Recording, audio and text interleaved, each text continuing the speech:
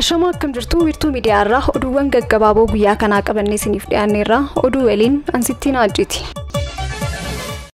Naannoo Oromiyaatti hojii seektaroota ijoo adda baasamee hojjetamaa jiruun jijjiiramni qabatamaa mul'achaa jiraachuu pirezidantiin naannoo Oromiyaa obbo Shimallis Abdiisaa ergaa karaa fuula marsaa hawaasummaa isaaniitti dabarsaniin ibsan. Jalqabbii ta'us dinagdeen naannichaa guddina qabatamaa agarsiisaa akka jiruu fi itti fufiinsa jijjiiramaa jalqabaa kana dhugoomsuu keessatti toorri shoora dinagdee utubuu taphatan akka jirus kaasan. Bu'uuruma kanaan yeroo ammaa xiyyeeffannoon mootummaa naannoo Oromiyaa waa sadii hiikuudha jedhan obbo Shimallis.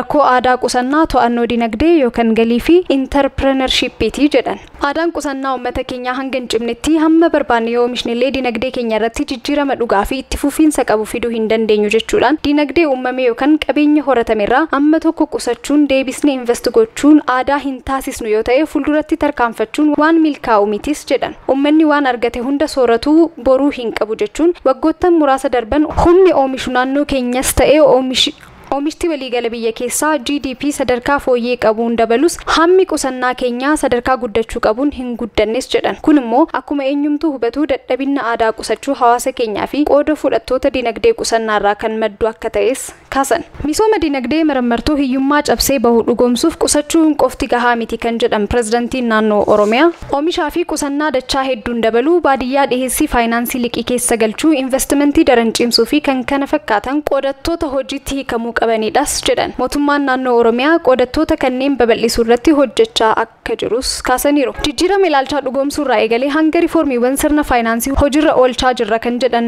obbo Shimallis bifuma kanaan bara kana nama dhuunfaarraa eegalee waldaalee IMX dhaabbilee daldala enterpiraayizoonni fi kaampaaniiwwan hojii kamuu irratti bobba'an waan oomishan yookaan bu'aa argatanirraa yoo xiqqaatee 30 hanga 35 qusachuuf karoorfame hojjechaa jiras jedhan. Baankiin Siinqee akka hundeeffamu kan ta'e dhimma kana jajjabeessuu fi akka sabaatti abbummaan qabanne akka cimsunuuf ture. Haa ta'uutii qusannaa kana akka caasaa mootummaa fi hawaasaatti taasisnee gadi bu'aadha jechuudhaan caasaan sadarkaan jiruu fi qooda fudhattoonni fi hawaasni marii dhimma kana abbummaan qabatee akka furuufis hubachiisaniiru. To'annoon dinagdee dhimma dirqama akka ta'es kaasuudhaan hanqinni gama kanaan jiru hunda dura galii miidhaas jedhan. Itti fufiinsa guddina dinagdee dhugoomsuu keessatti galiin shoora bakka hin buufamne jechuun galiin motora dinagdee biyya tokkoo ta'uu kaasan. Dinagdeen tokko dandeettii galii maddisiisuu isaa hamma fedhe yoo guddisee dandeettii galii sassaabuutiin yoo hin utubamne jijjiirama hiikaa qabu agarsiisuu hin danda'u jedhan. Kanarraa ka'uun riiformiin seektaricha keessatti hojiirra oolaa jiru bu'aa jajjabeessaa agarsiisaa jiraachuu eeran. Haaluma kanaan gama bulchiinsa gibiraa fi taaksii ammayyeessuutiin teeknooloojii beeksisuu fi fayyadamuutiin haqa qabummaa mirkaneessuu fi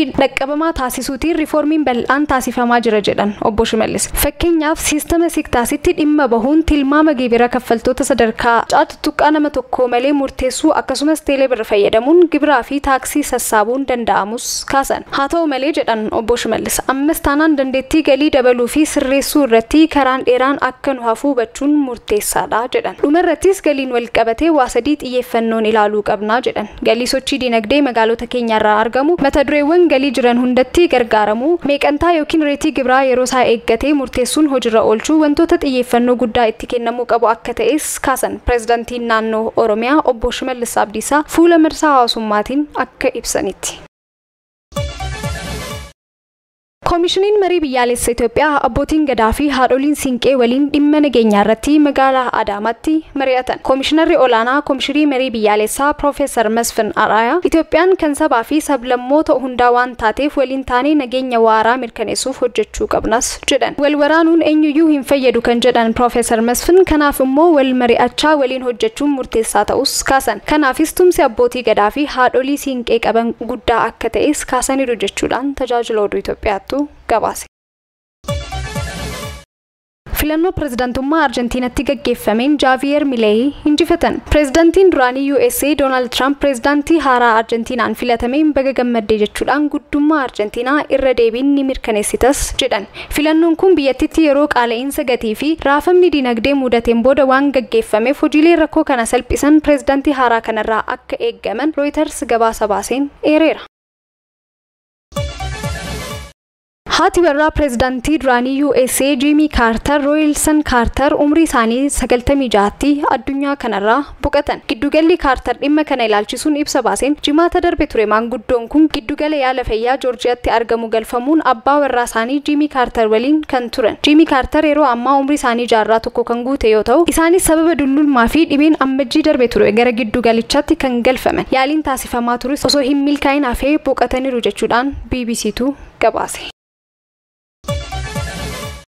Oduu ispoortiitiin tapha kubbaa miilaa dubartootaa umrii 20 gadii guyyaa kaleessaa gaggeeffameen garee kubbaa miilaa dubartoota Itoophiyaa umrii 20 gadii Gitasaa Maalii waliin morkateen galchii 4-0 injifateera. Waancaa addunyaa dubartootaa umrii 20 gadii bara faranjootaa 2024 Kolombiyaan gaggeessituuf gareen kubbaa miilaa dubartoota Itoophiyaa tapha deebii marsaa sadaffaan Maalii waliin guyyaa kaleessaa Finfinneetti istaadiyeemii Abbaba Biqilaatti taasifameen galchii 4-0 injifachuu danda'eera.